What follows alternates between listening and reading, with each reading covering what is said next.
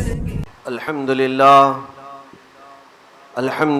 الحنان المنان الذي خلق الإنسان وعلمه البيان والصلاة والسلام على رسوله سيد الإنس والجان وعلى آله وأصحابه ذوي الخير والإحسان أما بعد فأعوذ بالله من الشيطان الرجيم بسم الله الرحمن الرحيم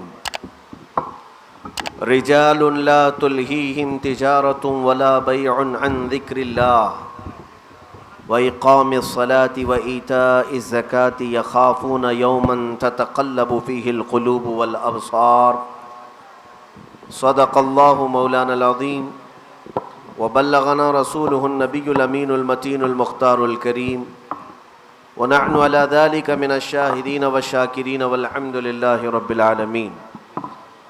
بارگاہ رسالت معاب صلی اللہ تعالی علیہ وسلم میں درود پاک کا ہدیہ پیش کریں۔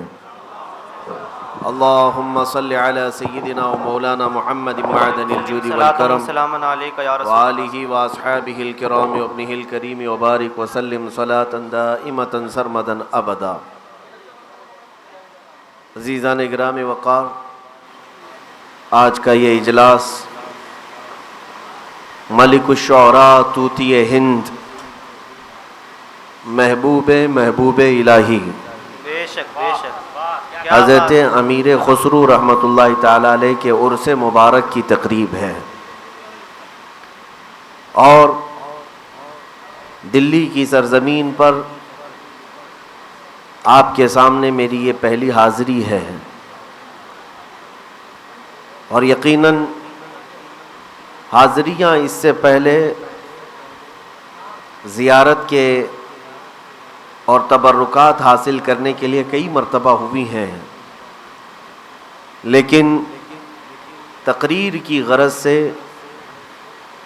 اور خطابت کی غرض سے جو مجھے حکم ہوا دلی میں آ کر بیان کرنے کا، تو میرے عزیزو، یہ میں اپنی سعادت اور خوشبختی سمجھتا ہوں کہ مجھے خطابت کا سب سے پہلے راجدھانی میں اگر کہیں موقع ملا ہے تو محبوب الہی کے قدموں میں۔ سبحان اللہ، سبحان اللہ۔ اس لیے کہ انہی کے قدموں سے تخت بھی بدلے جاتے ہیں، بے شک بے شک بے شک، یہیں سے انشاءاللہ انقلاب کے راستے بھی کھلتے ہیں۔ انشاءاللہ۔ یہاں آنے کے بعد عرس کی اس تقریب کو دیکھ کر بڑی خوشی حاصل ہوئی۔ علم دوست حضرات میں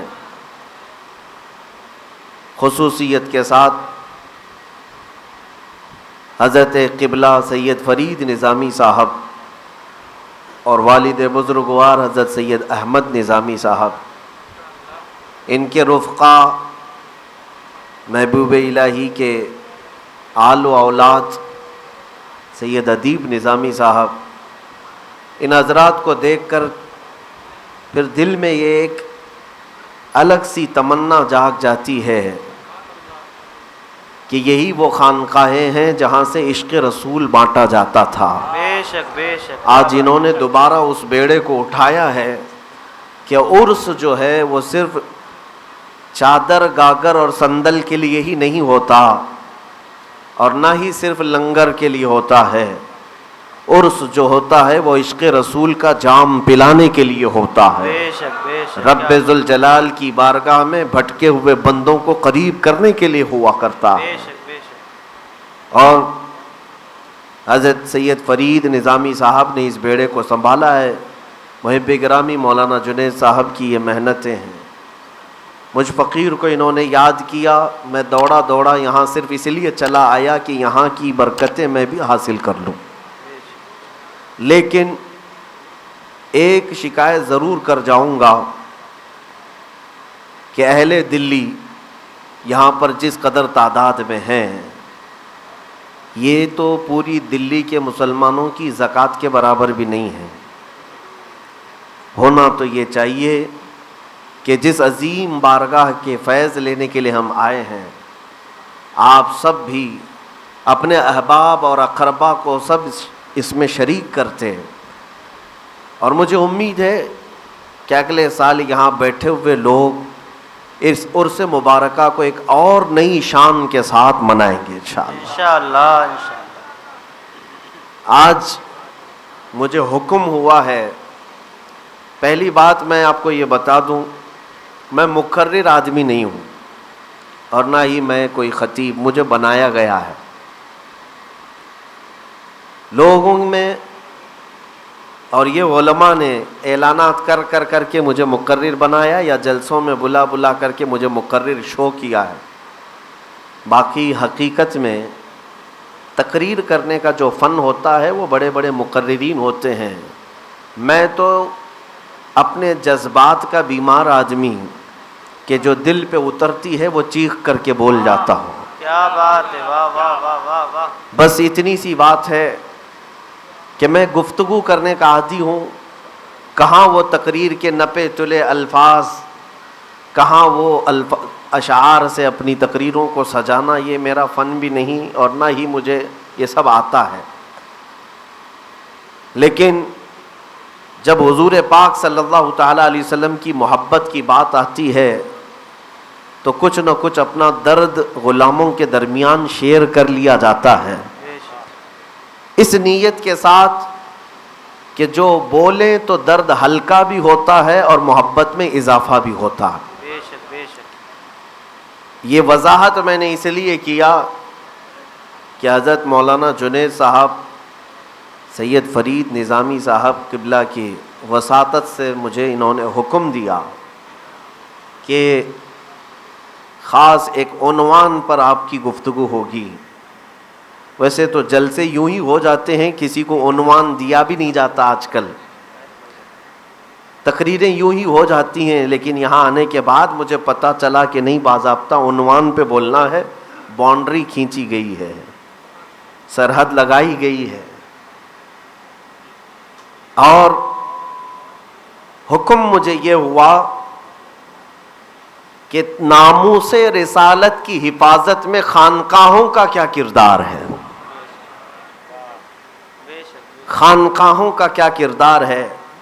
میرے عزیزو، یہ دونوں چیزیں میرے جذبے سے تعلق رکھنے والی ہیں، بے شک۔ ناموس رسالت کی بات اور خانقاہوں کی بات۔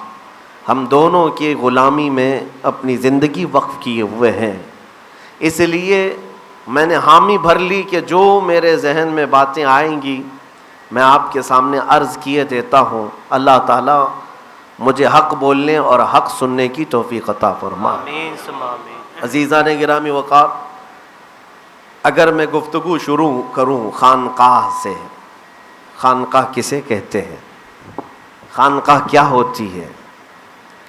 خانقاہ یہ عربی کا لفظ ہے، فارسی کا لفظ ہے۔ خانقاہ فارسی کا لفظ ہے، اس کو الگ اور معنوں میں بھی پکارا جاتا ہے، زاویہ، دائرہ، یعنی صوفی بزرگوں نے اخلاق اور تربیت سکھانے کے لیے جو جگہ خاص کی تھی اس کو خانقاہ کہا جاتا ہے۔ اور خانقاہ کے بہت سارے اصول ہوا کرتے، بہت سارے اصول ہیں خانقاہ میں آنے والے کے لیے اور خانقاہ میں بیٹھنے والے کے لیے، سب کے لیے اصول ہوا کرتے بے تھے، شک بے شک۔ اور اسی کے لیے بزرگان دین نے بڑے بڑے اشعار بھی لکھے ہیں۔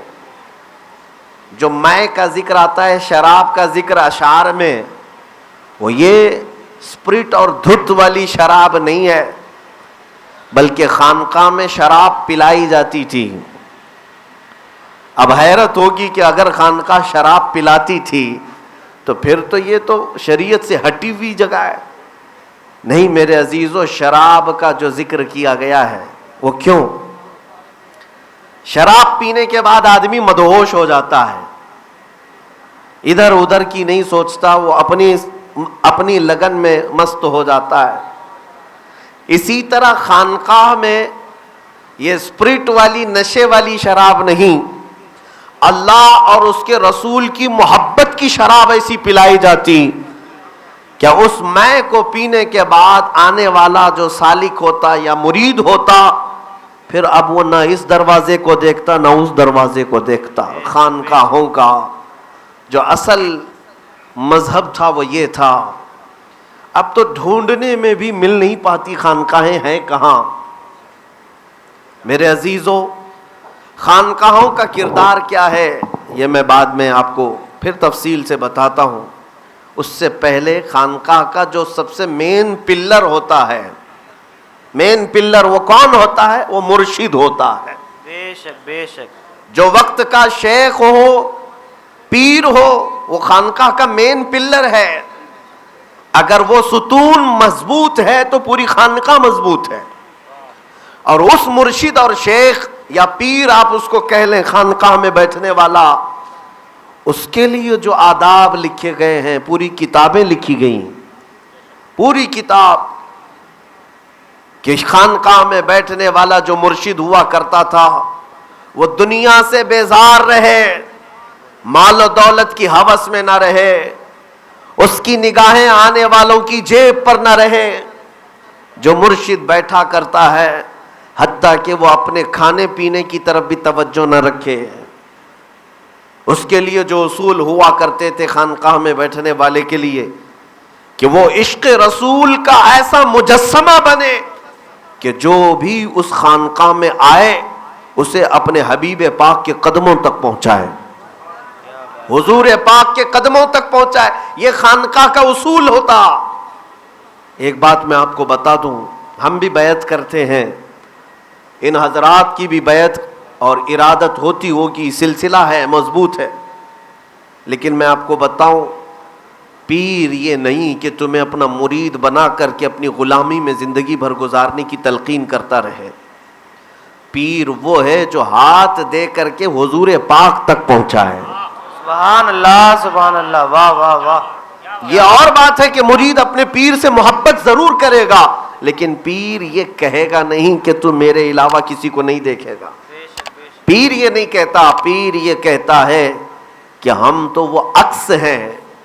مولانا جلال الدین رومی رحمۃ اللہ علیہ نے پیر کی تشریح میں کیا فرمایا ہے؟ فرماتے ہیں، اس کو میں مثال دیتا ہوں. یہ گھڑی ہے، شیشہ لگا ہوا ہے گھڑی. سورج کی روشنی جب گھڑی پر پڑتی ہے دن میں، اب آپ گھڑی کو اس طرف کریں وہاں اجالا جاتا ہے، اس طرف کریں ادھر اجالا جاتا ہے. بچپن میں ہم شیشہ لے کر کھیلتے تھے. شیشے پر جب سورج کی روشنی پڑتی ہے تو ہم دوسروں کو چمکاتے رہتے ہیں ادھر سے ادھر. ہوتا ہے. مولانا جلال الدین رومی فرماتے ہیں، یہ شیشے پر جو اجالا پڑتا ہے اور تم دوسروں کو چمکاتے ہو، ادھر ادھر روشنی گرتی ہے، تو سامنے والا یہ نہ سمجھے کہ یہ شیشے کی یا اس گھڑی کی روشنی ہے، اس کی اپنی اصلی روشنی نہیں، بلکہ یہ تو صاف تھا جو سورج کی روشنی کو قبول کیا اور اس کی روشنی کو دوسروں میں بانٹ رہا. وہی پیر ہوتا ہے کہ اس کا دل صاف ہوتا ہے، رسول پاک کے انوار اور اللہ رب العزت کی تجلیات اس کے سینے پر اترتی ہیں، اور پھر وہ جس طرف بھی رخ کرتا ہے اس کا اجالا مریدین پر پڑتا. سبحان اللہ سبحان اللہ. اصل روشنی تو اس آفتاب رسالت کی ہے، اصل روشنی تو اس مہتاب نبوت کی ہے. میرے عزیزو، خانقاہ کا وصول سب سے پہلا یہ ہے کہ تمہیں رسول کریم صلی اللہ تعالی علیہ وسلم کے قدموں کے قریب کر دیا جائے، حضور تک پہنچا دیا جائے. یہ خانقاہ کا سب سے پہلا اصول ہے. اور دنیا بھر میں خانقاہیں بنی، اور میں کہتا ہوں حضور پاک کی ناموس کا، ان کی عزت کی حفاظت کا سب سے بڑا کردار خانقاہوں نے ادا کیا تھا. یہ زمانہ تھا جب خانقاہوں نے یہ کردار ادا کیا تھا. آج اس بات کی ضرورت ہے. کچھ باتیں ہماری کڑوی ہو جائیں گی، لیکن مجھے یقین ہے کہ سید فرید نظامی صاحب یہ علم دوست آدمی ہیں، علماء کی قدر بھی کرتے ہیں اور حق سننے کے عادی ہیں. ورنہ مجھ جیسے آدمی کو اس منبر پر بلاتے بھی نہیں، کہ جو تلخ باتیں کرتا ہو، کڑوی باتیں کرتا ہو، عموماً اس کو پیر حضرات پسند کرتے بھی نہیں. لیکن چند باتیں میں آپ کو بتا دوں. جو خانقاہ کے پیر ہوا کرتے تھے، جس آستانے پر بیٹھے ہیں اسی آستانے کی ایک مثال سے میں اپنی گفتگو شروع کرتا ہوں. محبوب الہی نظام الدین اولیاء. دنیا میں اولیاء میں دو محبوب ہوئے ہیں، ایک محبوب سبحانی اور ایک محبوب الہی. محبوب الہی کا مقام کیا ہے اس سے آپ اندازہ کریں گے. آپ کے زمانے میں موجود اولیاء کرام میں ایک اور نام ملتا ہے، حضرت بو علی شاہ قلندر پانی پتی رحمت اللہ تعالی. یہ محبوب الہی کے زمانے کے ولی. پانی پت کبھی آپ گئے ہوں زیارت کے لیے، حضرت ابو علی شاہ قلندر، ان کا بھی مقام بڑا بلند ہے. امیر خسرو محبوب الہی کے خاص خادموں میں سے، بڑے چہیتے مریدوں میں سے. ایک بار آپ کا گزر حضرت ابو علی شاہ قلندر کے پاس سے ہو رہا تھا. مغرب کے بعد ابو علی شاہ قلندر کی محفل لگتی تھی. یہ ہر ہفتے کی بات تھی، غالباً ہر جمعرات کو ان کی ایک محفل لگتی تھی مغرب سے عشاء کے بیچ. اس محفل کا جو سب سے بڑا خاصہ تھا وہ کیا تھا جانتے ہیں؟ اس محفل کا سب سے بڑا خاصہ یہ تھا کہ حضرت ابو علی شاہ قلندر رحمت اللہ تعالی علیہ جتنے مریدین اس محفل میں آتے تھے، توجہ چاہتا ہوں، جتنے مریدین اس محفل میں آتے تھے جمعرات کے دن مغرب سے عشاء کے بیچ، جب محفل ختم ہوتی سب سے کہتے آنکھیں بند کر لو. سب آنکھیں بند کرتے اور حضرت ابو علی شاہ قلندر سارے مریدین کو حضور پاک کا دیدار کراتے تھے. سبحان اللہ. رسول کریم صلی اللہ علیہ وسلم کے دربار میں لے جاتے سیدھے، اور جو بھی محفل میں حاضر ہوتا رسول پاک کی زیارت کرتا. سبحان اللہ سبحان اللہ. یہ ہم نے سنا. امیر خسرو بھی گئے ہیں، مرید تو محبوب الہی کے ہیں، محفل میں گئے اور اس کے بعد بیٹھے تو حقیقت میں آنکھیں بند کرنے کے بعد بارگاہ رسالت کی حاضری نصیب ہوئی. سبحان اللہ. لیکن جب اٹھ کر کے جانے لگے تو ہم اثر زمانہ تھا، ایک ہی زمانہ ہے محبوب الہی کا بھی، ابو علی شاہ قلندر کا بھی. ابو علی شاہ قلندر نے کہا خسرو دیکھ ہماری محفل کہاں تک پہنچی ہے. رسول کریم صلی اللہ علیہ وسلم کے دربار تک ہم نے تم کو پہنچایا. وہاں بہت سارے اولیاء بھی تھے، بہت سارے لوگ بیٹھے ہوئے تھے، لیکن تیرے پیر کو بھی وہاں کہیں دیکھا تو نے؟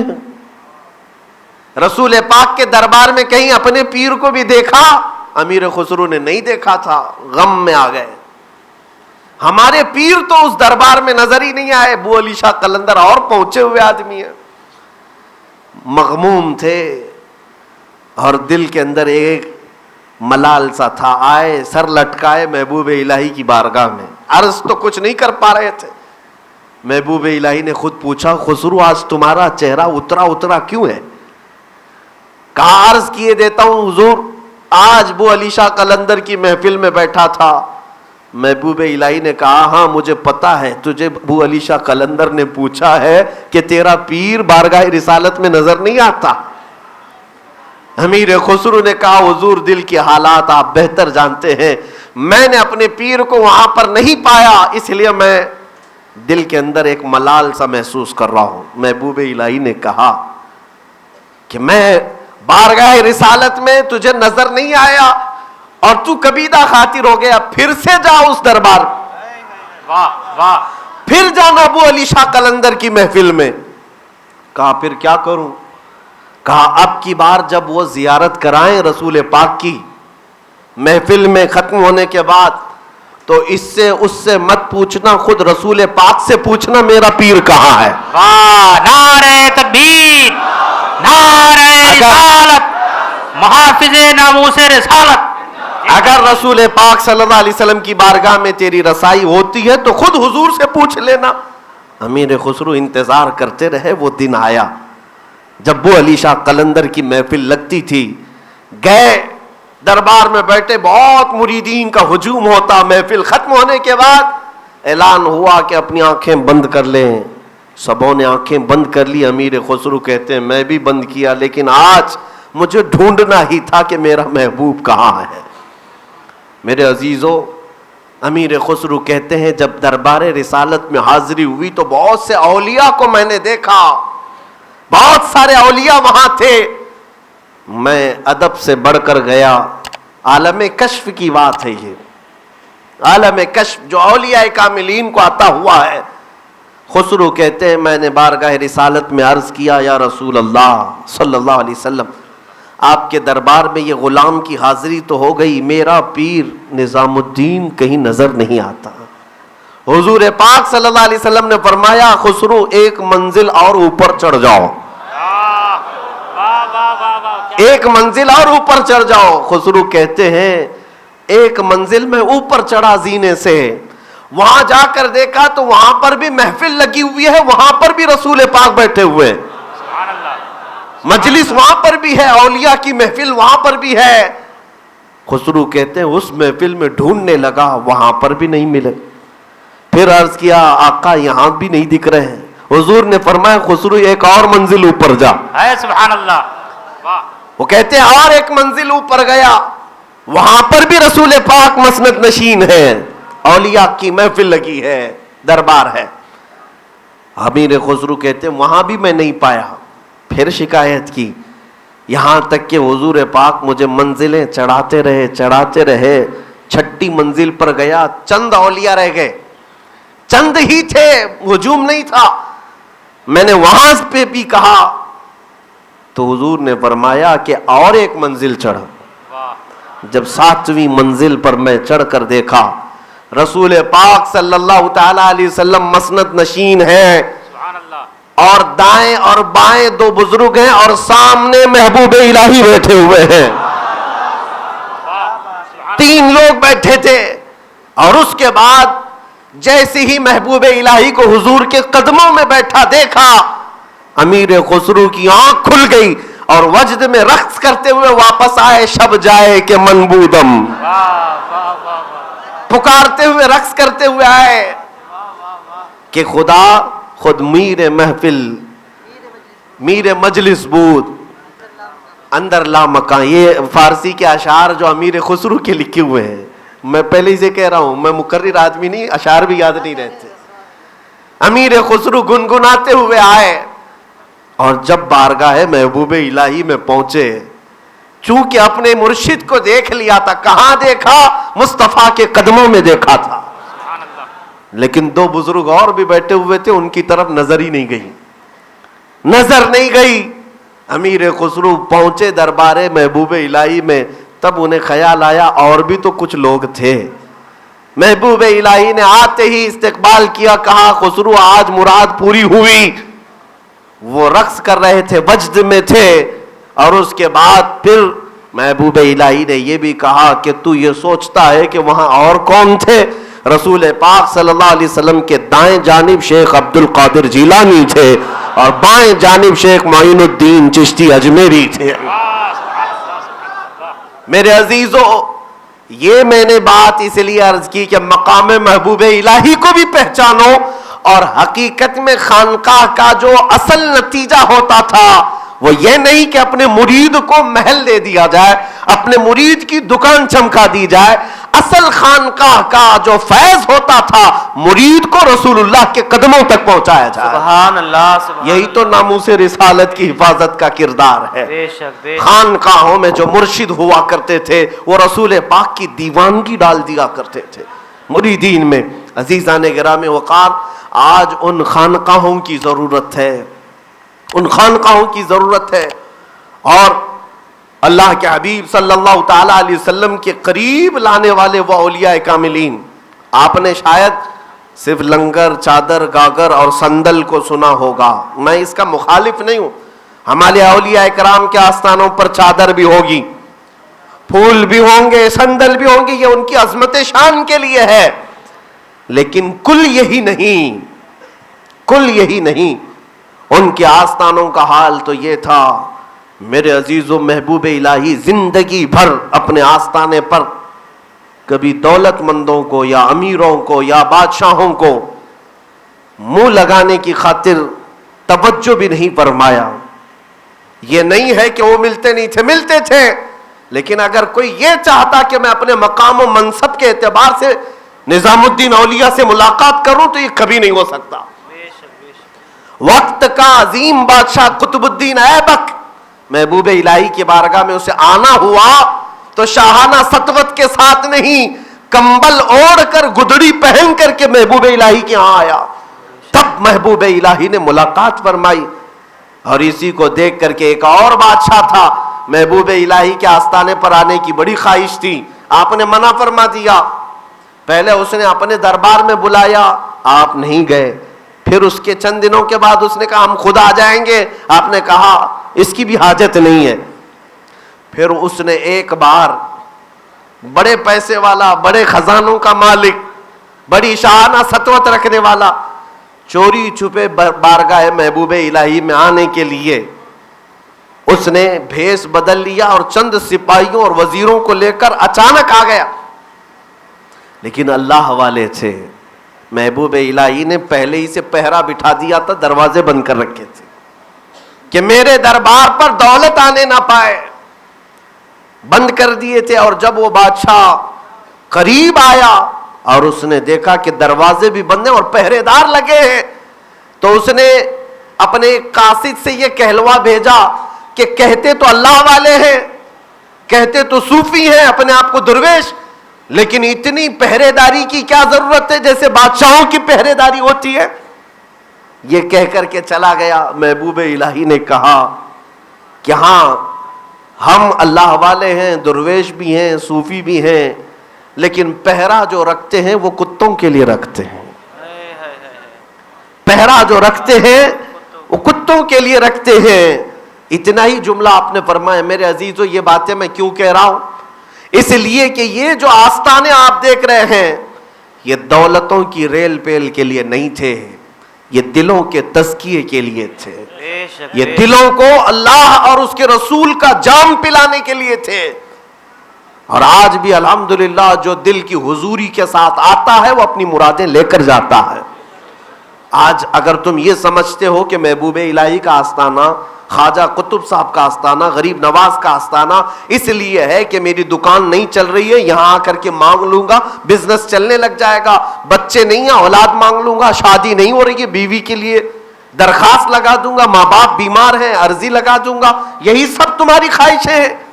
عزیزان گرامی, یہ اولیاء کاملین کے آستانے اس لیے ہیں کہ کبھی تم ان کے آستانوں پر آ کر یہ مانگو کہ دنیا تو اللہ دے ہی دے گا, یہ ساری چیزیں چل ہی رہی ہیں. محبوب الہی آپ کے آستانے پر اس لیے آیا ہو کہ جو دل کی چمک اللہ نے آپ کو عطا کی تھی اس دل کی چمک کا ایک قطرہ ہمیں نصیب ہو جائے.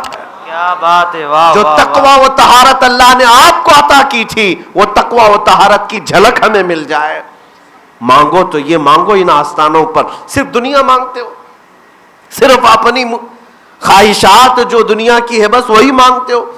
اللہ والوں کے آستانے پر یہ بھی مانگا کرو کہ اللہ ہماری آخرت سنوار دے, ہمیں ایمان کی طاقت عطا کر دے. میں چند باتیں یہ عرض کر کے آپ کو آگے لے جاتا ہوں. میں اپنے اس اسلوب پر آنا چاہتا ہوں جو ان خانقاہوں کا کردار تھا, حضور پاک کی عزت کی حفاظت, عزت کی حفاظت. میرے عزیزو, محبوب الہی نظام الدین اولیاء رحمت اللہ تعالی علیہ کا آستانہ, ملک الشعراء طوطی ہند کا آستانہ, بلکہ ہندوستان کے شمال جنوب مشرق مغرب میں پھیلے ہوئے یہ صدیوں پرانے صوفیاء کاملین جو آرام کر رہے ہیں, ان کی تاریخ کو اٹھا کر اجاگر کیا جائے. ان سب کا ایک مشن تھا جو سب سے اہم تھا, ایک مشن جس پر پردہ ڈالا جا رہا ہے. تصوف کے نام پر آج پردہ ڈالا جا رہا ہے. میں آپ کو کھل کر کے بتاتا ہوں, ان سب کا ایک مشن تھا, بہت ہی اعلیٰ مشن تھا. غریب نواز سے لے کر صابر کلیری تک, یا پھر محبوب الہی سے لے کر ہندوستان بھر میں موجود تمام اولیاء, خواجہ نصیر الدین ہو کہ خواجہ بندہ نواز ہو, ان سب کا جو اہم مشن تھا وہ کیا تھا کہ اس پوری قوم مسلم کو عاشق رسول بنایا جائے. سبحان اللہ, یہ مشن سب سے اعلیٰ تھا. اور یہ اولیاء اگر کسی چیز کو برداشت نہیں کرتے تھے, وہ کس چیز کو, کہ اگر تمہارا قدم ذرا برابر بھی شریعت سے ہٹا دیکھتے تو وہ ناراض ہوتے تھے. بعض لوگ یہ سمجھ لیے ہیں کہ تصوف صوفیہ کے آستانے ایک الگ ہیں کہ یہاں صرف ڈھول باجے ہوں گے تو تصوف ہوگا. یہاں تصوف کا مطلب اگر یہ کوئی سمجھ کر کے بیٹھا ہے کہ بے عملی کو تصوف کہا جاتا ہے, نماز کے ترک کرنے کو تصوف کہا جاتا ہے؟ نہیں میرے عزیزو، ان اولیاء کا جو اصول تھا وہ یہ تھا کہ شریعت پر جو قائم رہا وہی حقیقی صوفی ہے. کیا بات ہے. حقیقی صوفی وہی ہے. حضور پاک صلی اللہ تعالی علیہ وسلم کے قدموں کو چھوڑ کر اگر کوئی صوفی بننے کی کوشش کرتا ہے وہ صوفی نہیں کوفی ہے. حضور پاک کے طریقے کو چھوڑ کر کوئی صوفی نہیں ہوگا. اور یہی ناموس رسالت ہے. حضور کے طریقے کی حفاظت کرنا یہی ناموس رسالت. بے شک بے شک. سیدنا جنید بغدادی کو سنا ہے؟ سید الطائفہ، اولیاء اکرام کے سردار اپنے وقت کے، اور کرامتوں میں اتنے مشہور تھے کہ لوگ دور دراز سے ان کی کرامتیں دیکھنے آتے. ایک شخص آیا آپ کے گھر پر مہمان بن کر کے ٹھہرا، وہ کرامت دیکھنا چاہتا تھا. آپ بھی کرامت دیکھنا چاہتے ہیں کہ نہیں؟ بہت سارے لوگوں کی خواہش ہے کہ ہم بھی اولیاء اکرام کی کرامت دیکھیں. اور تمہارے ذہن میں کرامت کا جو کرائٹیریا بیٹھا ہوا ہے، امیج بیٹھی ہوئی ہے، وہ کیا ہے؟ کرامت کا مطلب یہ ہے کہ ابھی یہاں بیٹھے ہیں تو ہوا میں اڑ کے دکھا دیں، ٹھوکر مارے تو سونے کا سکہ نکل آ جائے، پانی پر چل کر کے دکھا دیں. ان کو تم کرامتیں سمجھتے ہو. میرے عزیزو، کرامتیں ایسی ہوئی ہیں، لیکن ایسے کام تو جادوگر بھی کر سکتا ہے، شعبدہ باز بھی کر سکتا ہے، نظر بندی کی جا سکتی ہے. میں حضرت جنید بغدادی کے پاس ایک مرید آیا اور رہا 8 دن تک. وہ دیکھنا چاہتا تھا کچھ کرامت دیکھوں جنید بغدادی کی. 8 دن تک کچھ نظر نہیں آیا.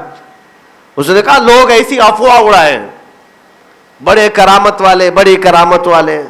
اپنا بوریا بستر باندھ کر کے نکلنے لگا. آپ نے پوچھا میاں آئے تھے، کیوں آئے تھے؟ 8 دن رہے، کچھ مقصد بھی نہیں بیان کیا. اس نے کہا صاف کہہ دیتا ہوں، میں آیا تھا آپ کی کرامتوں کا شہرا سن کر کے، سنا تھا کہ آپ بڑے با کرامت بزرگ ہیں، میں چاہتا تھا اپنی آنکھوں سے ایک آدھ کرامت دیکھ لوں. جنید بغدادی نے پوچھا تو کیا پھر کوئی کرامت نہیں دکھی 8 دن میں؟ اس نے کہا نہیں، کچھ بھی نظر نہیں آیا. آپ نے اس کو بٹھایا، محبت سے پوچھا اے عزیز، تو نے میری صبح بھی دیکھی، دوپہر بھی، شام بھی؟ کہا ہاں میں نے آپ کی راتیں بھی دیکھی، سارے لمحات دیکھ لیے 8 دن مسلسل آپ کے پیچھے تھا. جنید بغدادی کہتے ہیں اتنے لمحات جو تو نے دیکھا میرے 8 دن، کیا تو نے مجھے رسول پاک کی سنت کے خلاف کوئی کام کرتے دیکھا؟ واہ واہ واہ واہ. اس مرید سے پوچھا تو اس نے کہا حضور یہ بات تو میں نے نوٹ کیا ہے، آپ کا ایک کام بھی شریعت سے ہٹ کر، میرے مصطفیٰ کی سنت سے ہٹ کر دیکھا ہی نہیں. سوتے ہیں، بولتے ہیں، ملتے ہیں، کھاتے ہیں، پیتے ہیں، چلتے ہیں، سب میں رسول پاک کی سنتیں جھلکتی ہیں. تو حضرت جنید بغدادی نے مسکرا کر کہا اے عزیز، اور کون سی کرامت ڈھونڈ رہا تھا؟ حضور پاک کی سنتوں پر عمل کر لینا یہ سب سے بڑی کرامت ہے. سبحان اللہ. سبحان. نعرہ تکبیر، نعرہ رسالت، عرس مقدس. میرے عزیزو، حضور کو چھوڑ کر کے تم اگر کرامتیں ڈھونڈنے کی کوشش کرو، ہو سکتا ہے کبھی جادوگروں کے ہتھے چڑھ جاؤ، کوئی بھی تمہیں پھانس سکتا ہے. اسی لیے میرے عزیزو، اچھا یہ بات میں اولیاء کرام کے وساطت سے کہوں گا کہ ان کے یہاں معیار کیا تھا. نبی پاک صلی اللہ علیہ وسلم کی ذات سب سے بڑا معیار. حضرت غوث پاک سے بڑا کون ہے؟ اولیاء کاملین میں وہ قطب الاقطاب ہیں، فرد الافراد ہیں، اور ان کے متعلق ہمیں کیا بتانے کی ضرورت ہے، بچہ بچہ جانتا ہے. لیکن جانتے ہیں بغداد میں ایک بار یہ بات مشہور ہو گئی کہ دریائے دجلہ کے کنارے اللہ کے ایک ولی آئے، بڑے عبادت گزار ہیں، لوگ دیکھنے کے لیے ان کے پیچھے ہجوم لگا دیے. یہ وہ زمانہ تھا جب سرکار غوث پاک بھی بغداد میں موجود تھے. آپ کو جب یہ اطلاع دی گئی کہ دریائے دجلہ کے کنارے ایک اللہ کے ولی آئے، عبادت کر رہے ہیں، آپ بھی اپنا مسلح لے کر کے چل پڑے کہ چلتا ہوں، میں بھی دیکھتا ہوں، میں بھی ملاقات کروں گا. خود غوث، خود قطب الاقطاب. لیکن جب آپ کو خبر دی گئی کہ ایک اللہ کا ولی آیا ہے، اس سے ملنے کے لیے آپ اپنی خانقاہ سے چل پڑے. جب دریائے دجلہ کے کنارے پہنچے تو پتا چلا کہ وہ اللہ کے ولی جو کئی دنوں سے وہاں عبادت میں تھے وہ تھوڑی ہی دیر پہلے جا چکے، اور حضرت شیخ عبد القادر جیلانی بعد میں پہنچے، وہ اللہ کے ولی پہلے چلے گئے۔ حضرت غوث پاک فرماتے مجھے بڑا افسوس تھا کہ میں ملاقات نہیں کر سکا، لوگوں کا ہجوم ویسے ہی وہاں پر موجود تھا۔ تو آپ نے پوچھا کہ وہ اللہ کے ولی عبادت کہاں کرتے تھے، وہ کہاں کرتے تھے؟ لوگوں نے قریب لا کر کے غوث پاک کو بتایا، دیکھیے دریا دجلہ کے کنارے جو ریتی پڑی ہے، اس ریت پر ہی وہ اپنی نماز پڑھتے تھے، ریت جو جمی ہوئی تھی اس پر وہ نماز پڑھتے تھے۔ غوث پاک قریب آئے تو دیکھا سجدے کے اور انگلیوں کے نشانات ابھی بھی موجود تھے، غوث پاک قریب جا کر دیکھتے ہیں، ہاتھوں کے نشانات بھی ہیں، پیروں کے نشانات بھی ہیں۔ ریت پر جب کوئی ہاتھ پیر رکھے گا تو نشانات تو آئیں گے۔ آپ اس کے بعد دیکھ کر غور سے پھر کہتے ہیں اے لوگوں تم دھوکے میں پڑ گئے، وہ اللہ کا ولی نہیں، جھوٹا آدمی تھا۔ غوث پاک نے ملاقات ہی نہیں کی، لیکن کہہ رہے ہیں وہاں کھڑے ہو کر کے تم لوگ دھوکا کھا گئے، وہ اللہ کا ولی نہیں ہے، وہ جھوٹا آدمی تھا۔ تو لوگوں نے پوچھا شیخ عبد القادر آپ نے ان سے ملاقات بھی نہیں کیا، آپ نے ان کو دیکھا بھی نہیں، اور آپ نے ان کو کہہ دیا کہ وہ نہیں ہے ولی، آپ نے کیسے کہا؟ توجہ چاہتا ہوں میرے عزیزوں، غوث پاک کی بارگاہ میں معیار کیا تھا، کسوٹی کیا تھی اللہ کے ولی کو پہچاننے کی؟ کہتے ہیں میں دیکھ رہا ہوں اس کی نمازوں کے نشانات ریت پر موجود ہیں، جس کو تم اللہ کا ولی کہہ رہے ہو جب وہ سجدے میں جاتا تھا اس کے ہاتھوں کی انگلیوں کے نشانات ہیں، یہ دیکھ رہے ہو، یہ 10 انگلیاں کھلی ہوئی پورے نشانات دکھ رہے ہیں۔ کہا تو پھر کیا ہوا؟ کہا میرے آقا صلی اللہ تعالی علیہ وسلم جب سجدہ کرتے تھے تو حضور کی انگلیاں سجدے میں جمی ہوئی ہوتی تھی، نبی پاک کی انگلیاں جمی ہوئی ہوتی، اور جس کو تم ولی کہہ رہے ہو اس کی انگلیاں تو پوری کھلی ہوئی دکھتی ہیں۔ جو میرے نبی کی ایک سنت چھوڑتا ہے وہ اللہ کا ولی نہیں ہوتا۔ سبحان اللہ سبحان اللہ، کیا بات ہے، کیسا معیار ہے، کیا کسوٹی ہے۔ تم کسی کو بھی ایرے غیرے نتھو کھیرے کو سمجھ بیٹھتے ہو کہ اللہ کا ولی ہو گیا؟ میرے عزیزوں سب سے پہلی بات یہ ہے کہ جو رسول پاک کا عاشق ہے وہی اللہ کا ولی ہے۔ نبی پاک کی بارگاہ میں جو فدا ہو گیا، اپنے آپ کو فنا کیا، وہی اللہ کا ولی ہے۔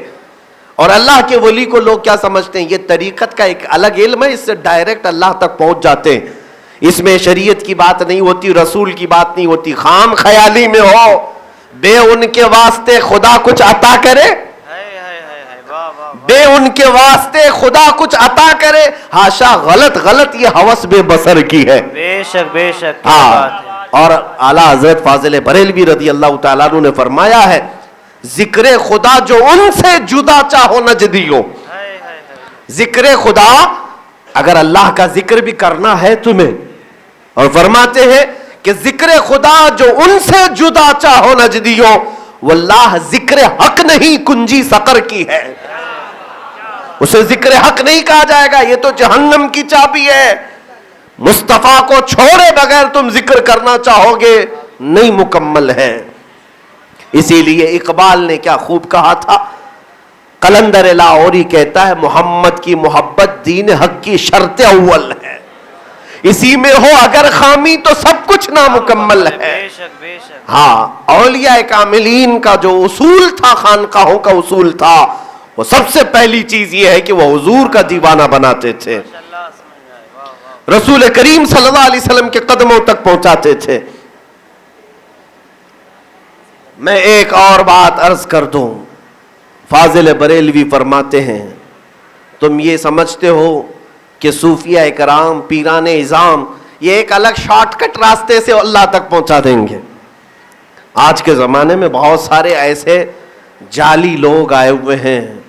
امام مالک رحمۃ اللہ علیہ اور حضرت شیخ عبدالحق محدث دہلوی نے ان کا تو بڑا آپریشن کیا ہے اور فرمایا ہے کہ یہ جتنے بھی جعلی لوگ حضور کو چھوڑ کر کے تمہیں کسی اور راستے پر لے جانا چاہے، سمجھ لینا کہ وہ شیطان ہے، زندیق ہے، ہو ہی نہیں سکتا کہ حضور کے طریقے کو چھوڑ کر کوئی اللہ کا ولی بن جائے. میں ایک بہت لگتی ہوئی بات بتا دیتا ہوں. آج میں دلی میں بیٹھا ہوں اور یہاں پر ذکر کرنا میں بہتر سمجھتا ہوں.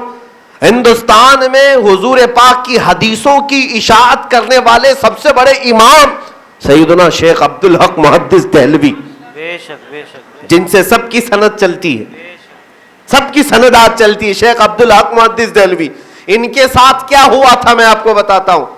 یہ مدینے سے چل کر آئے تھے ہندوستان، اور ان کا حال یہ تھا کہ مدینے میں ایسے رہتے تھے کہ روزانہ حضور کی بارگاہ میں حاضری، اور جب حاضری دیتے تو اس وقت تک ہٹتے نہیں جب تک میرے مصطفیٰ کی زیارت نہیں کرتے. سبحان اللہ، ہر دن رات کو.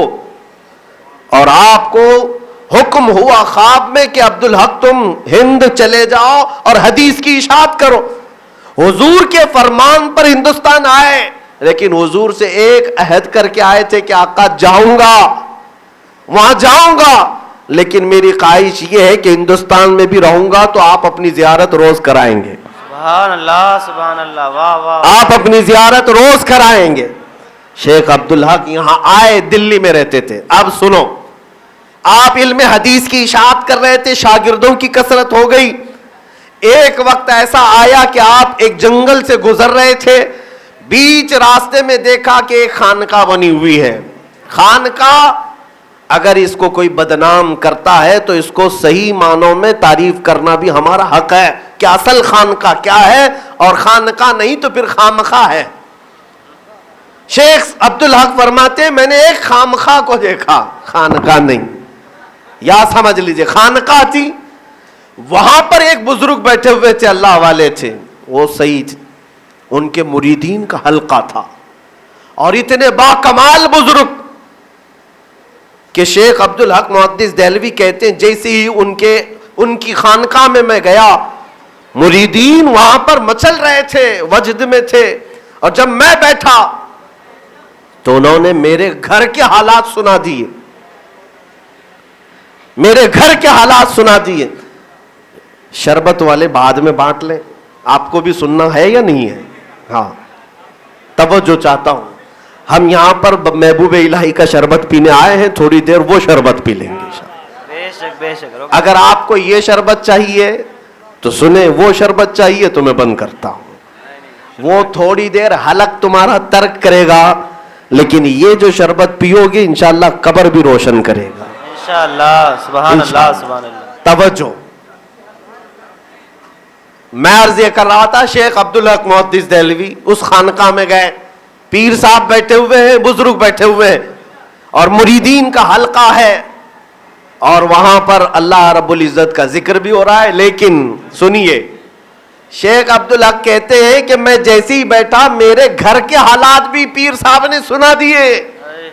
شیخ عبدالحق تمہارے گھر میں کیا کیا چلتا ہے، اب بتاؤ تمہارے دل کے حالات اگر کوئی پڑھ کے سنائے تو کتنا پہنچا ہوا ہوگا، کتنا پہنچا ہوا ہوگا. اب اس کے بعد شیخ عبدالحق محدث دہلوی دل سے عقیدت مند ہو گئے، لیکن تھوڑی دیر کے بعد شیخ عبدالحق فرماتے ہیں میں نے دیکھا کہ وہ پیر صاحب کے بغل میں ایک مٹی کا مٹکا تھا اور اس میں شراب بھری ہوئی تھی، اور مٹکے سے انڈیل انڈیل کر کے پیالوں میں مریدوں کو شراب پلائی جا رہی تھی.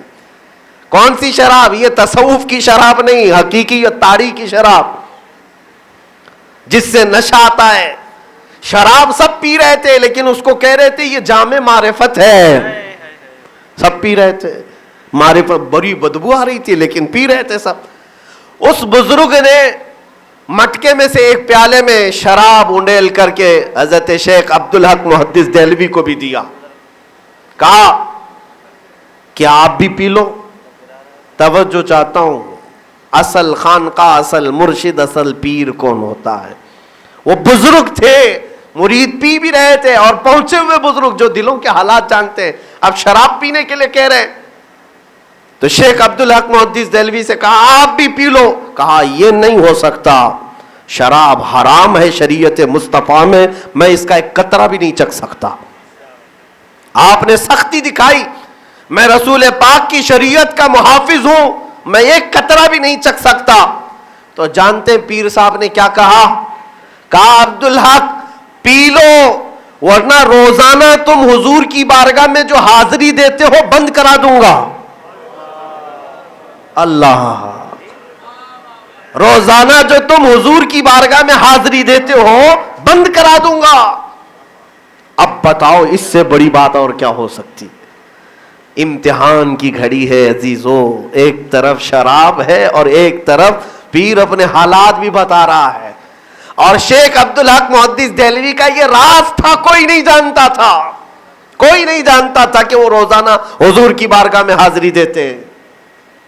اب کشمکش میں پڑ گئے کہ کروں تو کیا کروں، شراب پی لوں، ہو سکتا ہے یہ شراب نہ ہو لیکن بدبو آ رہی ہے، اور ایک طرف حضور کی حاضری کے بارے میں یہ کہہ رہے ہیں، ان کو تو پتا ہے. پھر اس کشمکش میں رہے، کشمکش میں رہے. پھر اس کے بعد اچانک اپنے ہاتھ جھٹک کر کے اٹھ گئے. کہا میں بعد میں دیکھ لوں گا لیکن اپنے نبی کی شریعت سے غداری نہیں کروں گا. واہ واہ واہ واہ.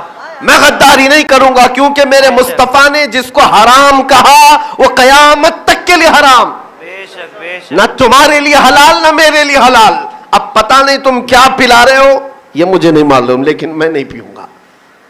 پھر پیر صاحب نے گرج کر کے کہا جاؤ میں دیکھ لیتا ہوں، پھر تمہاری حاضری میں بند کرا کے رہوں گا. اتنی سخت بحث ہوئی. شیخ عبدالحق محدث دہلوی کہتے ہیں میں اسی کشمکش میں اٹھ کر کے چلا آیا، اور آج کے دن کا کام بھی نہیں ہوا، شام میں آیا اور میرے معمول کے مطابق رات کو جب میں مراقبے میں بیٹھتا تھا اور حضور کی بارگاہ کی حاضری کرتا تھا، آج جب میں مراقبے میں بیٹھا آنکھیں بند کیا حضور کی جالیوں تک پہنچا تو دیکھا کہ وہ پیر صاحب کھڑے ہیں اور کہہ رہے ہیں کہ تجھے نہیں جانے دوں گا، تجھے نہیں جانے دوں گا. اب بتاؤ میرے عزیزو، شراب پیو گے یا شریعت چھوڑو گے، کیا کرو گے؟ محبوب الہی حضرت شیخ عبدالحق محدث دہلوی کا کیسا کڑا امتحان. کہا نہیں جانے دوں گا، زیارت ہونے نہیں دوں گا. تھوڑی دیر تک شیخ صاحب کہتے ہیں میں دیکھتا رہا، اس کے بعد پھر میں نے آنکھیں کھول دی. آج کی رات بغیر زیارت کے میں سو گیا. لیکن ایک عاشق کے لیے اگر سب سے بڑی تڑپ کی بات ہے تو نبی پاک کی دوری ہے، وہ نبی پاک کی دوری ہے. تنم فرسودہ جا پاراز ہجراں یا رسول اللہ، دلم پشمردہ آواراز عیسیاں یا رسول اللہ. شیخ صاحب کہتے ہیں کہ دوسرے دن میں کوئی کام نہ کر سکا، رات بھر کی انہی تفکرات میں کھویا رہا.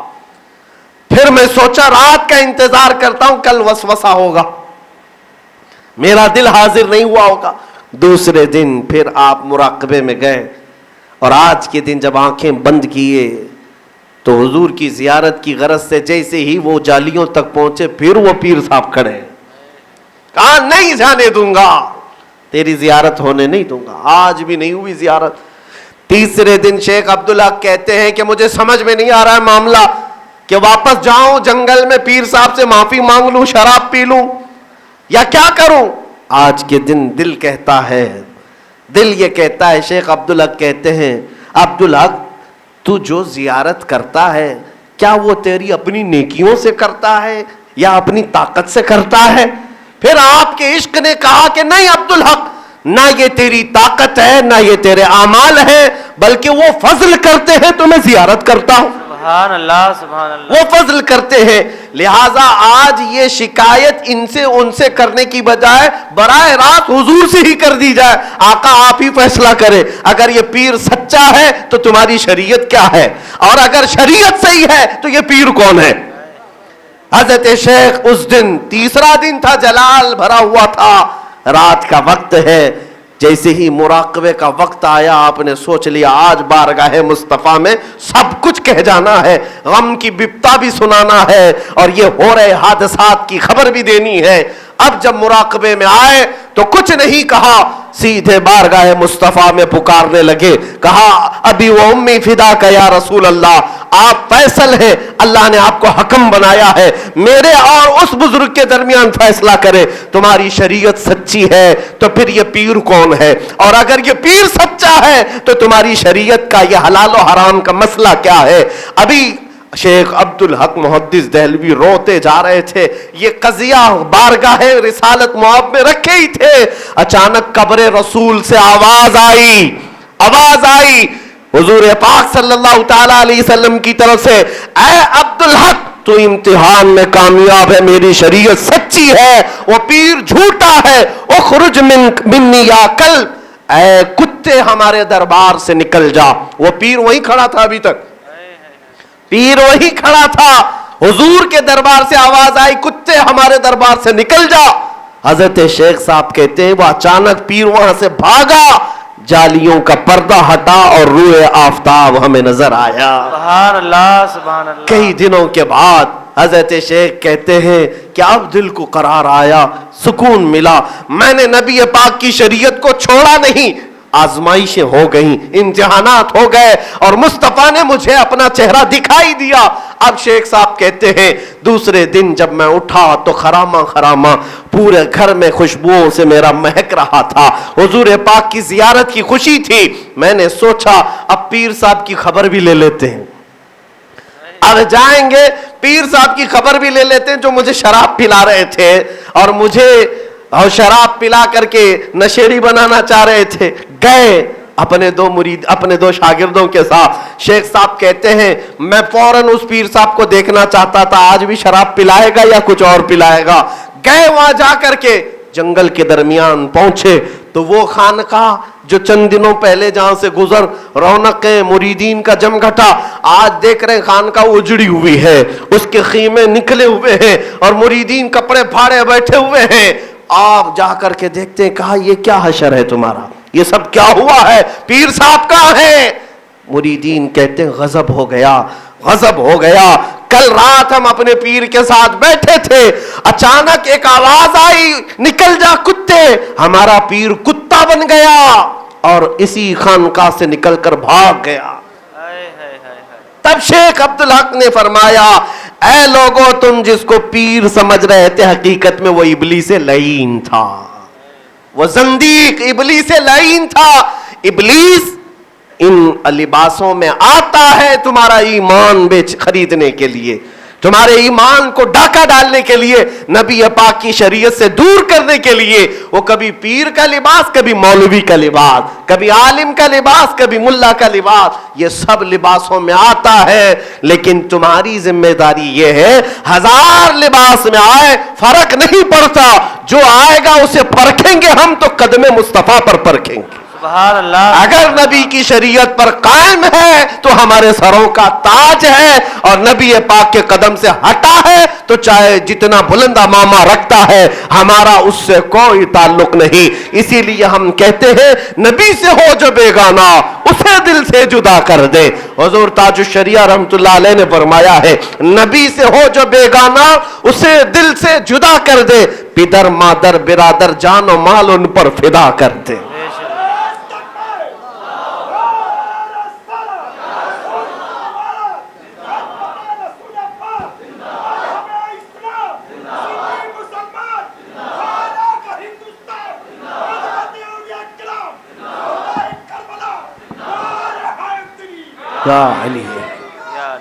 اب سمجھ میں آ گیا آپ کو صوفیاء کرام کا مشرب کیا ہے، صوفیاء کرام کا مسلک کیا ہے۔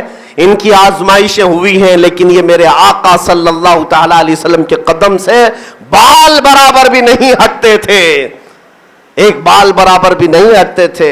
عزیزان گرامی وقار، ان کی ٹھوکروں میں دنیا پڑی رہتی، ان کے پاس کیا نہیں تھا، سب کچھ تھا، لیکن زندگی گزارنے کے طور طریقے یہ جتنے رکھتے تھے اتنے ہی جتنے میرے مصطفیٰ کو دیکھا کرتے تھے۔ ان کی زندگیاں حضور پاک صلی اللہ علیہ وسلم کے اخلاق سے بھری ہوئی ہیں۔ عزیزان گرامی، اولیاء کرام کے آستانوں پر آؤ تو ناموس رسالت کیا ہے، عشق رسول کیا ہے، یہ سیکھ کر کے جاؤ، یہ سیکھ کر کے جاؤ۔ اور میں کہتا ہوں آج کے زمانے میں بھی جو انفلوئنس، جو تاثیر خانقاہوں کی مسلمانوں کے دلوں پر ہے وہ کسی اور کی نہیں ہے، کسی اور کی نہیں۔ ہم جیسے 10 لوگ ہوں لیکن خانقاہ سے منسلک ایک فرد کی آواز وہ اثر رکھتی ہے، جس کو اگر محاورے میں کہا جائے تو یوں ہے 100 سنار کی ایک لوہار کی۔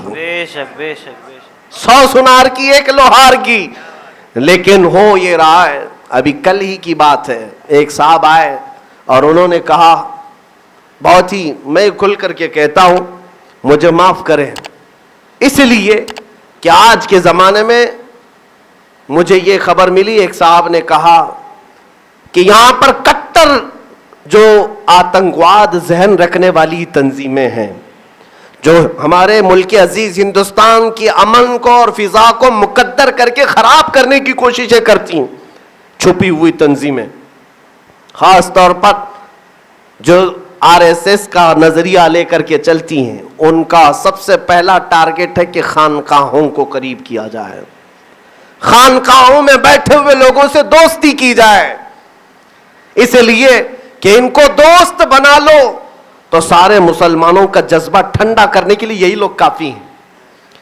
ان کا ایمان ختم کرنے کے لیے یہاں سے میسیجز دے دیے جائیں کافی ہے. یہ آج کی بات نہیں، ہر زمانے میں ہوتا رہا ہے. بڑوں کی اولاد کو دشمنان اسلام قریب کرتے تھے صرف اس لیے. تم کیا سمجھتے ہو محمد بن عبد الوہاب یہ کوئی عام آدمی تھا؟ کوئی عام آدمی تھا؟ ایک ایسے گھرانے سے تعلق رکھتا تھا جس خاندان میں بڑے بڑے اولیاء کرام ہیں، اولیاء کاملین ہیں.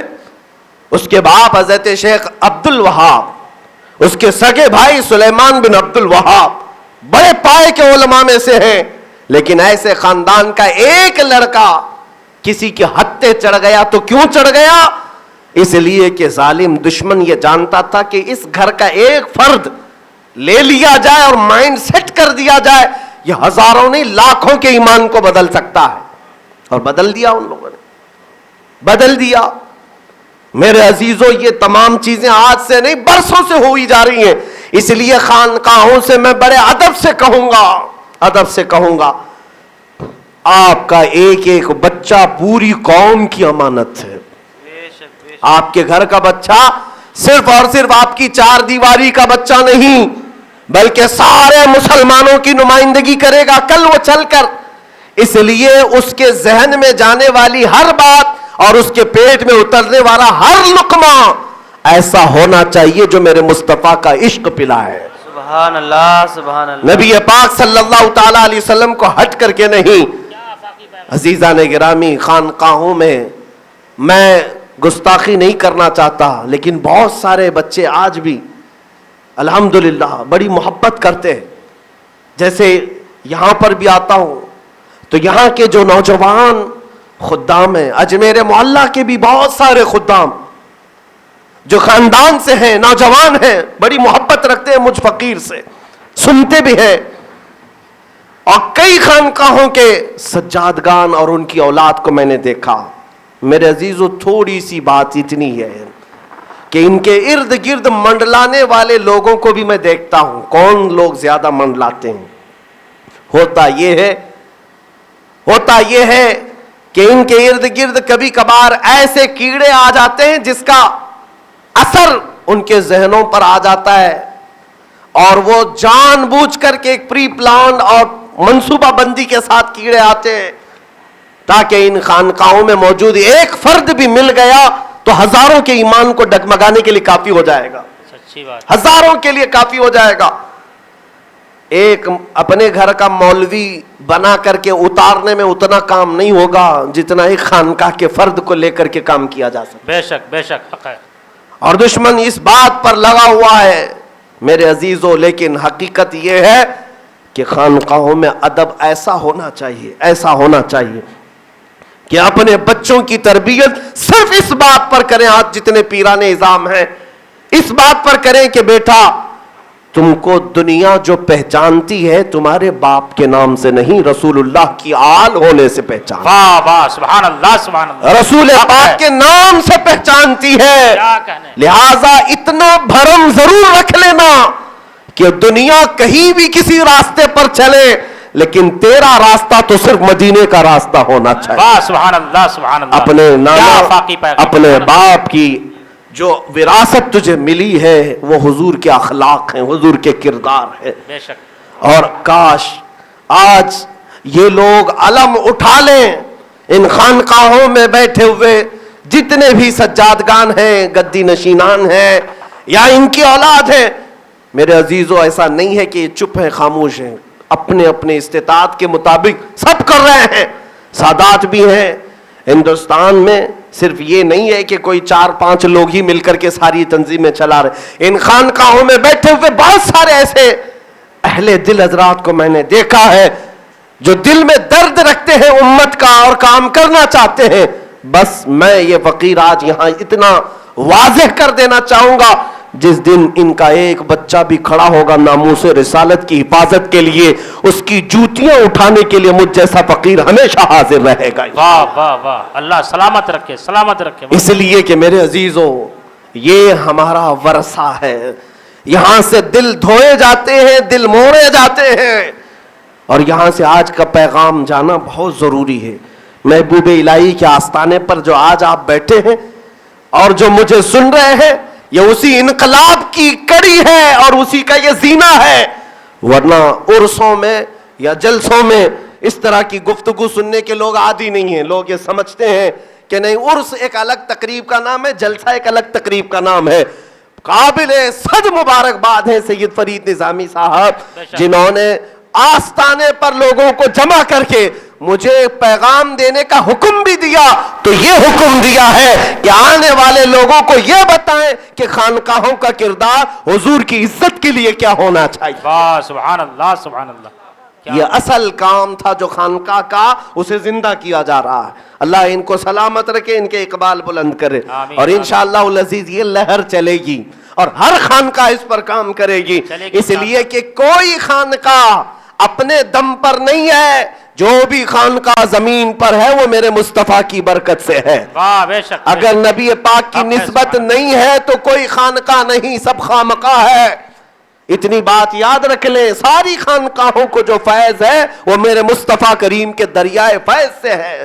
اور اعلیٰ حضرت نے یہی تو کہا تھا، بخدا خدا کا یہی ہے در، نہیں اور کوئی مفر مقر.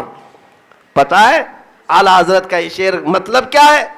کہ لوگ اگر تم یہ سمجھتے ہو کہ یہ خانقاہ یا تصوف کے جو بھی زاویے ہیں یہ سیدھے اللہ تک پہنچا دیں گے، نہیں میرے عزیزوں، بارگاہ مصطفیٰ تک یہ پہنچائیں گے. اس لیے کہ خدا کا جو دروازہ ہے وہ مصطفیٰ کے شہر سے ہو کر جائے گا. واہ بے شک. بخدا خدا کا یہی ہے در، نہیں اور کوئی مفر مقر. مفر مقر کا مطلب کیا ہے؟ مفر کا مطلب ہوتا ہے بھاگنے کی جگہ، مکر کا مطلب ہوتا ہے ٹھہرنے کی جگہ. نبی پاک کو چھوڑو گے تو نہ بھاگنے کی جگہ ہے نہ ٹھہرنے کی جگہ. سبحان اللہ، سبحان اللہ. کہیں نہیں ملے گا، کہیں نہیں. اور ہم دیکھ رہے ہیں پچھلے 1 سال سے ایک پاکھنڈی جگہ جگہ گھوم رہا ہے، بھاگ رہا ہے، پھر رہا ہے. جس کو ہم نے للکار کر کے بلایا تھا آ جاؤ میدان میں، دیکھتے ہیں میرے مصطفیٰ کے غلاموں میں ابھی کتنا ایمان باقی ہے. ہم اس بات کو، میرے نعرہ تکبیر، یہ بات، نعرہ رسالت، عرس مقدس، محافظ ناموس رسالت. میں یہ بات اپنے فخر کے لیے نہیں کہہ رہا ہوں، بلکہ میں یہ سمجھتا ہوں کہ ایسے گستاخوں کو چیلنج کرنے کے لیے کوئی اتنی بڑی شخصیت کا ہونا بھی ضروری نہیں، بلکہ ہمارے گھروں میں پلنے والا چھوٹا بچہ بھی ہر گستاخ رسول کو للکار سکتا ہے. اس لیے کہ ہمارا ماحول یہ ہے، ہم سنی ہیں، اہل سنت و جماعت سے ہیں، اور ہمارا معمول یہ ہے، ہماری مائیں جب دودھ پلاتی ہیں تو ساتھ میں عشق رسول بھی پلاتی ہیں. سبحان اللہ، سبحان اللہ. جس کی مائیں نہیں پلاتی ہیں ان سے میرا خطاب بھی نہیں ہے. جن کی مائیں نہیں پلاتی ہیں، کچھ اور پلاتی ہیں، ان سے میرا خطاب بھی نہیں، ان کو میں بیان بھی نہیں کر رہا ہوں. میں ان کو بیان کر رہا ہوں جو اپنی ماں کے دودھ کے ساتھ عشق رسول بھی پی کے آئے ہیں. سبحان اللہ. میں بات یہ کہہ رہا تھا، حضور کی گستاخی کر کے اب بھی ہم نے دیکھا ہے پاکھنڈیوں کو گوفہ در گوفہ بھاگتے ہوئے، چھپنے کے لیے سر تلاش کرتے ہوئے.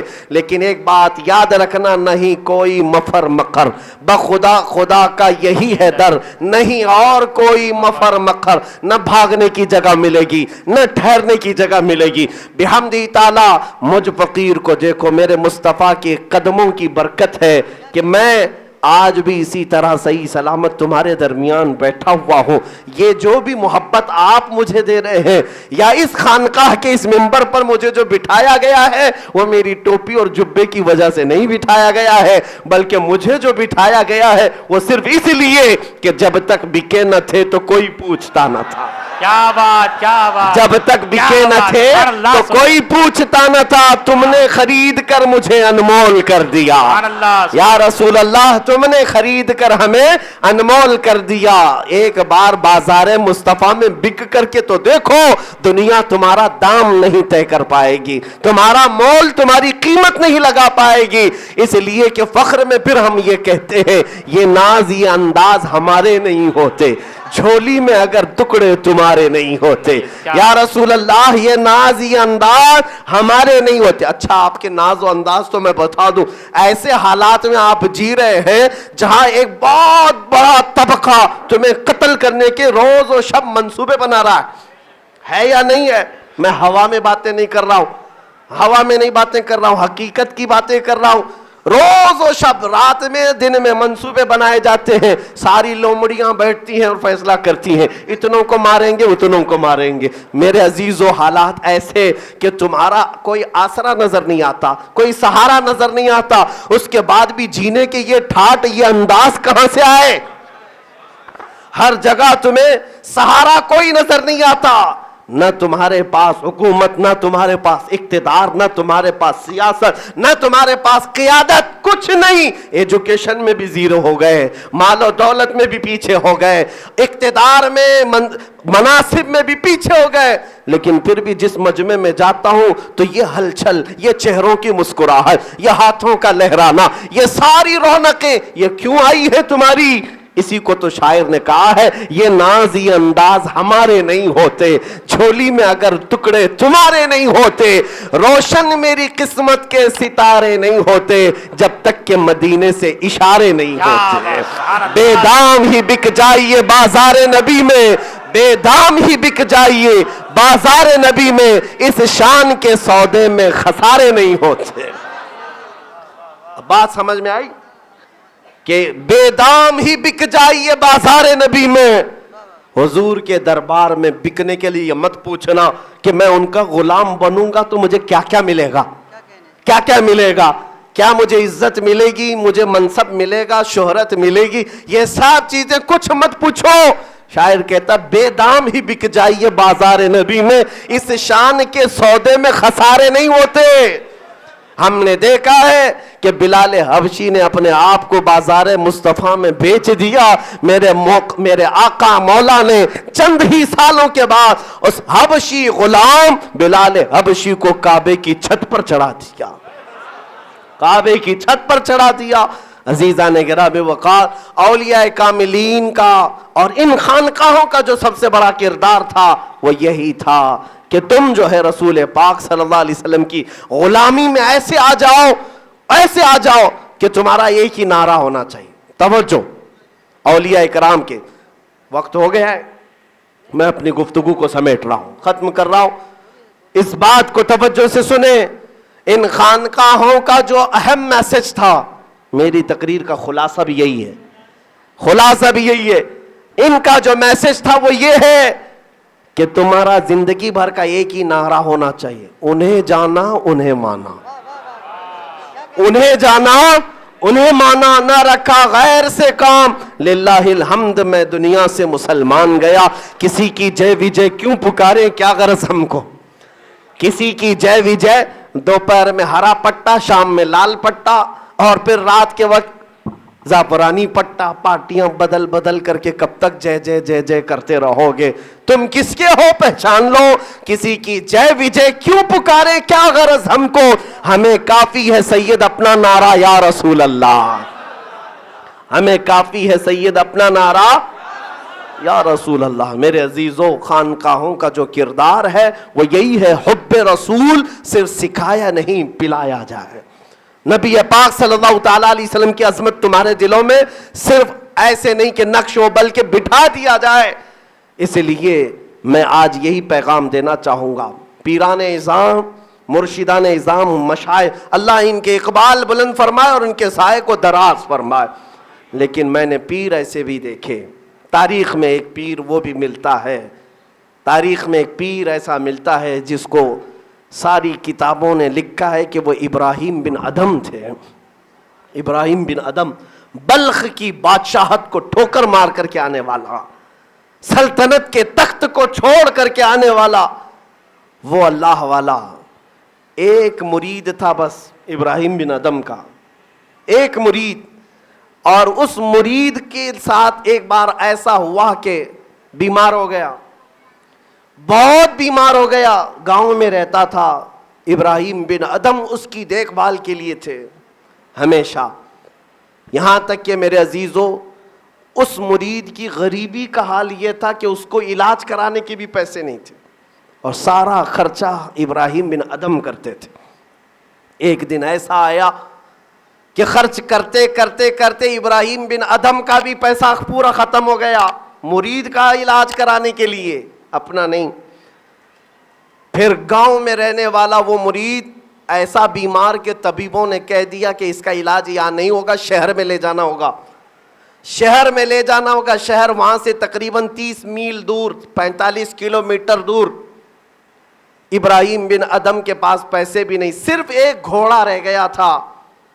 آپ اپنے مرید سے کہتے ہیں میں تیرے علاج کا انتظام کرتا ہوں, اپنا گھوڑا بیچ دیتا ہوں, اس کے پیسے جو آئیں گے وہ تیرا علاج کروں گا. مرید رو کر کے کہنے لگا حضور آپ کے پاس ایک ہی تو گھوڑا رہ گیا, اس کو بھی اگر بیچ دیا آپ نے تو سواری کیسے کریں گے, اور میں تو ایسا بیمار کہ اٹھ پھر نہیں سکتا, چل نہیں سکتا, شہر تک جائیں گے کیسے. جانتے ہو میرے عزیزو, ابراہیم بن ادھم نے کہا اے میرے مرید غم کس بات کا کرتا ہے, میں یہ گھوڑا بیچ دوں گا, پیسے آئیں گے, لیکن تجھے میں اپنی گردن پر سوار کر کے لے جاؤں گا. اللہ اکبر. گھوڑا بیچ کر کے آئے اور اپنے اس بیمار مرید کو اپنے کندھے پر بٹھا کر 45 کلومیٹر کا سفر کیا. تاریخ میں یہ بھی موجود ہے. میں یہ بات اس لیے عرض کر رہا ہوں کہ یہ اولیاء کاملین نے یہ ہمیں جو سکھایا تھا وہ یہ ہے کہ خلق خدا کی خدمت, مخلوق کی خدمت. اس لیے آج بھی آستانوں پر کچھ باقیات موجود ہیں.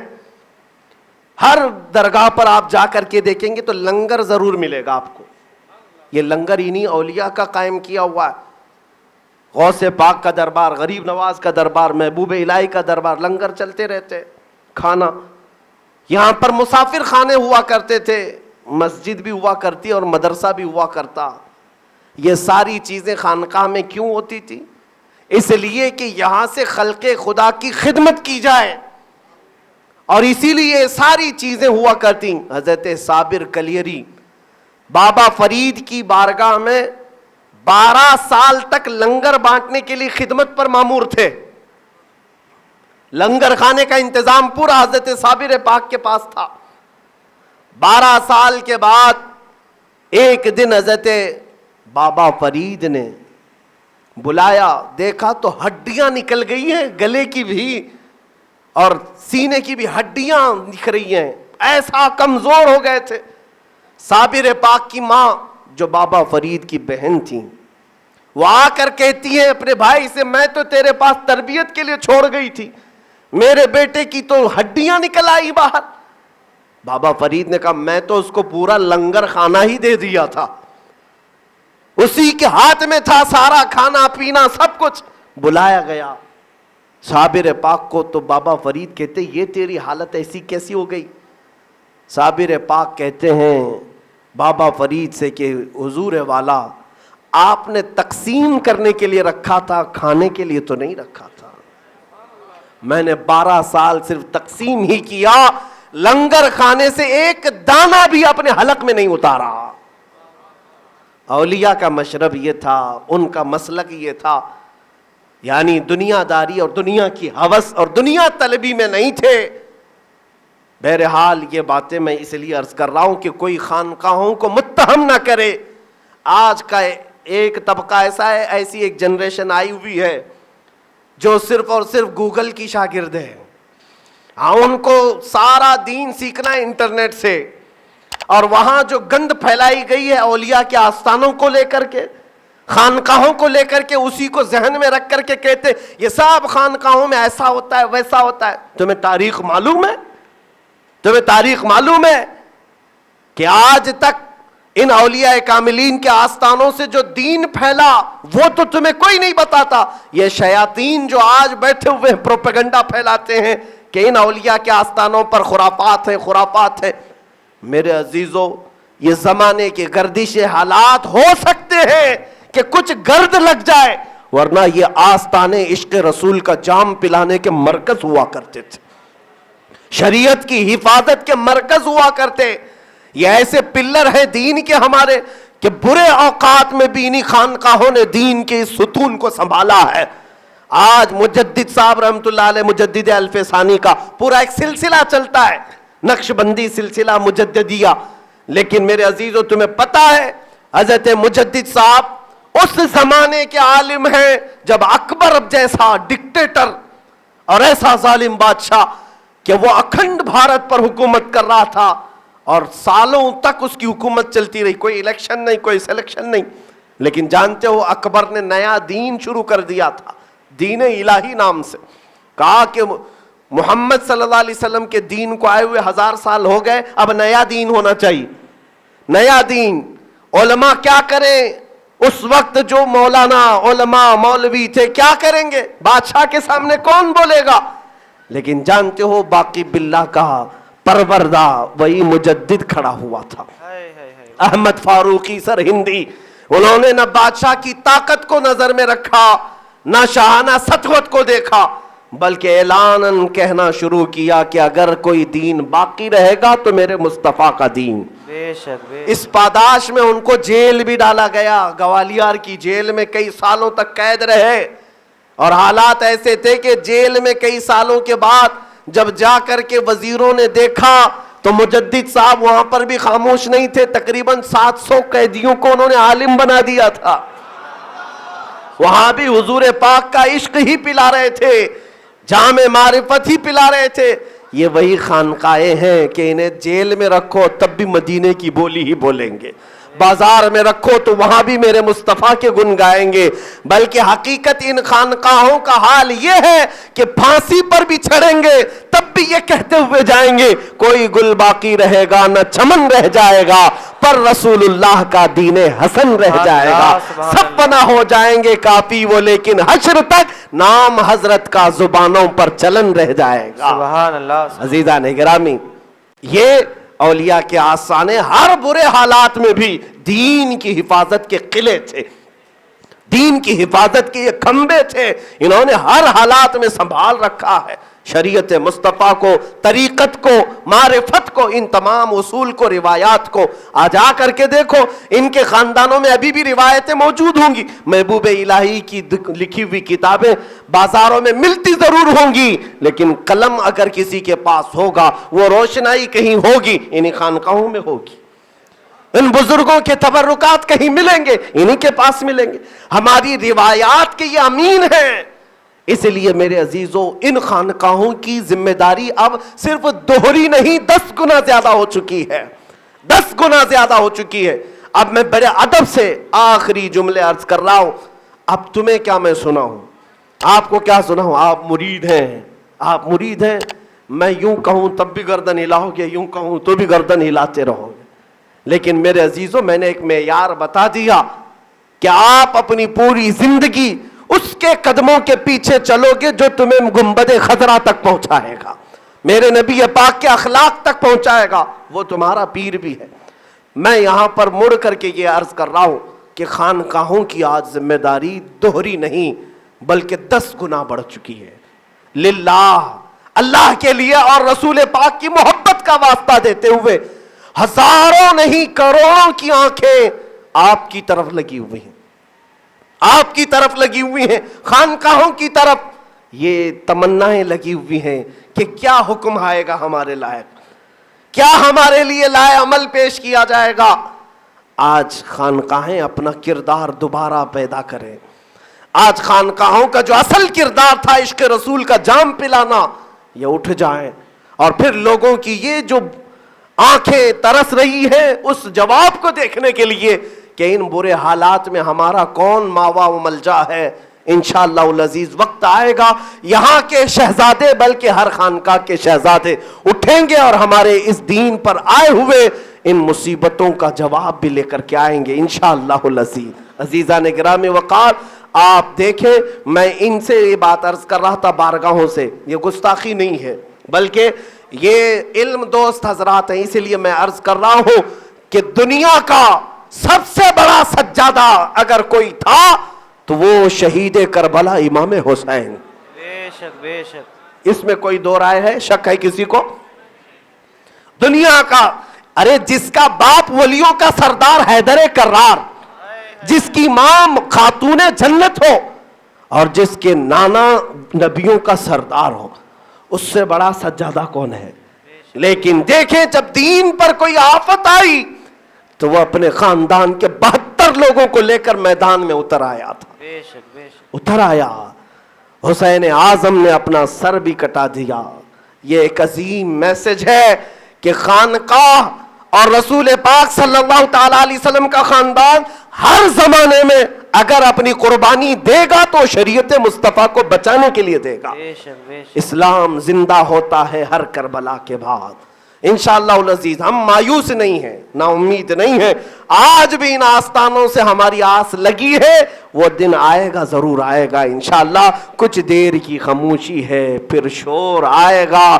آج تمہارا وقت ہے، کل ہمارا دور آئے گا بے شک بے شک. انشاءاللہ العزیز.